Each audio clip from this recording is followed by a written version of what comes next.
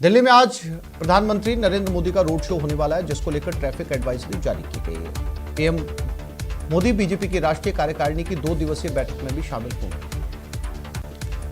दिल्ली में बीजेपी राष्ट्रीय कार्य समिति की बैठक आज 2 दिनों तक मीटिंग चलेगी। आगामी चुनाव की रणनीति पर मंथन होगा।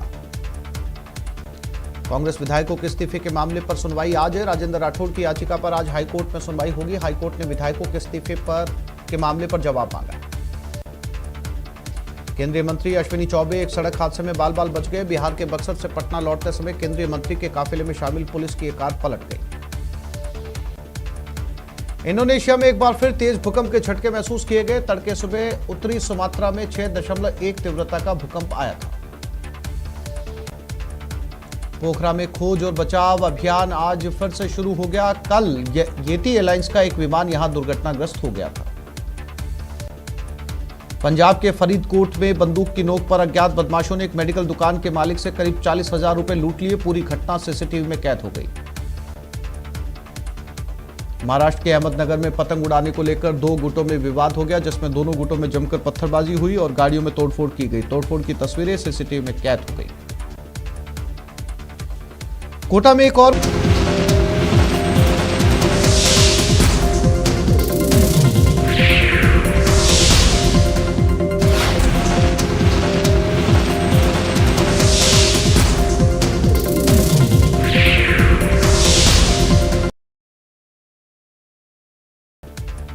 दिल्ली में आज प्रधानमंत्री नरेंद्र मोदी का रोड शो होने वाला है, जिसको लेकर ट्रैफिक एडवाइजरी जारी की गई है। पीएम मोदी बीजेपी की राष्ट्रीय कार्यकारिणी की 2 दिवसीय बैठक में भी शामिल होंगे। दिल्ली में बीजेपी राष्ट्रीय कार्य समिति की बैठक आज 2 दिनों तक मीटिंग चलेगी। आगामी चुनाव की रणनीति पर मंथन होगा।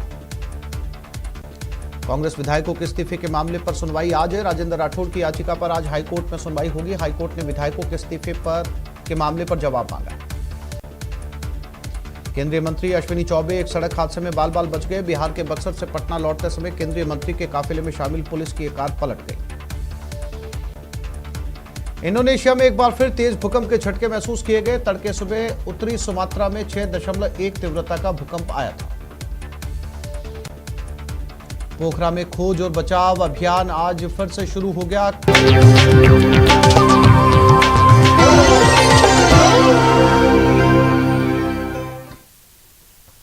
और अब देख लेते हैं 5 मिनट में 25 खबरें। यूएनएससी में भारत की बड़ी जीत हुई है। अब्दुल रहमान मक्की को आतंकी घोषित कर दिया गया है। यूएनएससी ने मक्की को ग्लोबल टेररिस्ट घोषित किया है। बीजेपी राष्ट्रीय कार्य समिति की बैठक का दूसरा दिन है। 9 राज्यों के आगामी विधानसभा चुनाव पर मंथन। पीएम मोदी, जेपी नड्डा और अमित शाह समेत कई दिग्गज मौजूद हैं। जयपुर में सरकार के चिंतन शिविर का आज दूसरा और आखिरी दिन है। सीएम गहलोत कानून व्यवस्था की समीक्षा करेंगे। कल सीएम ने 16 विभागों का प्रेजेंटेशन देखा था। एसएसजी की एएसपी दिव्या मित्तल की एसीबी कोर्ट में पेशी। सोमवार को 2 करोड़ रुपए की रिश्वत मांगने के आरोप में अजमेर से गिरफ्तार किया गया था। दिव्या के ऑफिस, घर, रिसोर्ट पर भी एक साथ छापेमारी की गई। लोकसभा स्पीकर ओम बिरला कीनिया के दौरे पर हैं, जहां उन्होंने कीनियाई उपराष्ट्रपति रिगाथी गचागुआ से भेंट मुलाकात की। राजधानी जयपुर में बेरोजगारों का हल्ला बोल प्रदर्शन जारी है। उपेंद्र यादव के नेतृत्व में बेरोजगारों ने प्रदर्शन किया और ग्राम विकास अधिकारी भर्ती के जिला आवंटन और नियुक्ति प्रक्रिया की मांग की। करौली में एनएच 23 पर बड़ा सड़क हादसा हुआ, जहां एक बाइक और ट्रैक्टर ट्रॉली में भिड़ंत हो गई, जिसमें बाइक पर सवार चाचा भतीजे की मौत हो गई। अलवर में सड़क हादसा हुआ, जहां तेज रफ्तार से आ रही बाइक अनियंत्रित हो गई और डिवाइडर से जा टकराई। इसमें बाइक पर सवार 2 युवक गंभीर रूप से घायल हो गए।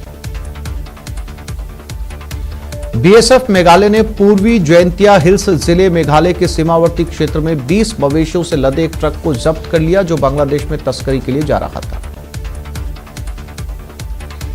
गिलगित में पाकिस्तान सरकार के खिलाफ विरोध प्रदर्शन चल रहा है। लोगों ने देश में गेहूं समेत अन्य खाद्य सामग्री पर सब्सिडी की बहाली, लोड शेडिंग, अवैध जमीन पर कब्जा और क्षेत्र के प्राकृतिक संसाधनों के शोषण जैसे कई मुद्दों को उठाया। कांग्रेस नेता राहुल गांधी की भारत जोड़ो यात्रा पंजाब के होशियारपुर के टांडा से शुरू हुई। इस दौरान उनके साथ कई कांग्रेस दिग्गज नेता मौजूद रहे।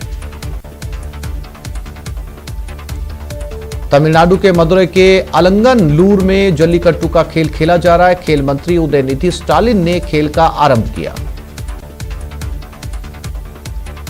दिल्ली के कर्तव्य पथ 26 जनवरी को होने वाले गणतंत्र दिवस समारोह की तैयारियां जोरों पर हैं। आज सुबह सशस्त्र बलों के जवानों ने रिपब्लिक डे परेड की तैयारियों के बीच परेड की रिहर्सल की। इस बार समारोह के चीफ गेस्ट मिस्र के राष्ट्रपति होंगे। कोटा में आज बिजली कटौती की समस्या रहने वाली है। शहर की छोटी बड़ी करीब 100 कॉलोनियों में बिजली गुल रहेगी और करीब 6 घंटे तक बिजली गायब रहेगी।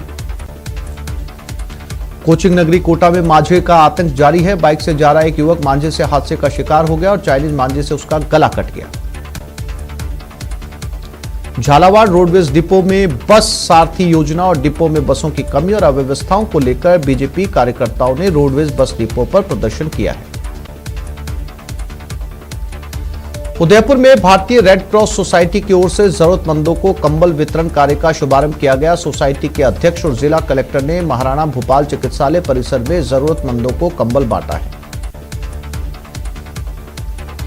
उदयपुर में जिला कलेक्टर ताराचंद राजीव गांधी शहरी ओलंपिक खेलों के सफल आयोजन की तैयारियों के लिए बैठक बुलाई गई, जिसमें जिले के सभी खेल संघों के पदाधिकारी और वरिष्ठ खिलाड़ी शामिल हुए। चूरू के गांव कड़वासर में बड़ी घटना सामने आई, जहां कमरे में अंगीठी जलाकर सो रहे 3 लोग बेहोश हो गए। इसके बाद गंभीर हालत में मां और उसकी 2 बेटियों को अस्पताल पहुंचाया गया, जहां प्राथमिक इलाज के बाद तीनों को आईसीयू में भर्ती किया गया है। जोधपुर में भीषण ठंड है, जहां ग्रामीण इलाकों में पानी जम गया। ट्यूबवेल से पानी बर्फ बनकर निकल रहा है। कोचिंग नगरी कोटा में कड़ाके की ठंड का दौर जारी है। सर्दी के चलते लोगों का जनजीवन अस्त व्यस्त हुआ है। शहर में तापमान 4 डिग्री तक पहुंच गया है।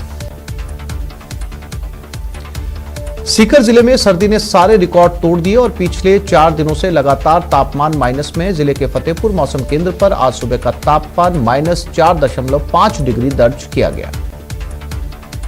दौसा भी ठंड से बुरी तरीके से प्रभावित है और कड़ाके की ठंड के चलते लोगों का जनजीवन प्रभावित हुआ है। जिले में कड़ाके की ठंड के कारण जगह जगह ओस की बूंदें बर्फ में तब्दील हो गई।